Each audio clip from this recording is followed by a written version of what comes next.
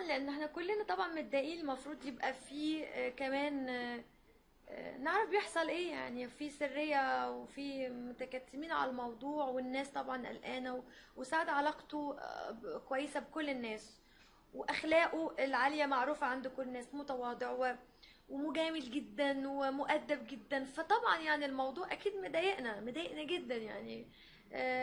مستنيين انه ان شاء الله مستنيينه قريب انه المشكلة تتحل. وطبعا زي ما قلت عمر ثقتنا ما هتتهز فيه، لان انت بتكلمني مثلا عن اخويا، يعني أنا عارفاه بشكل كويس جدا يعني.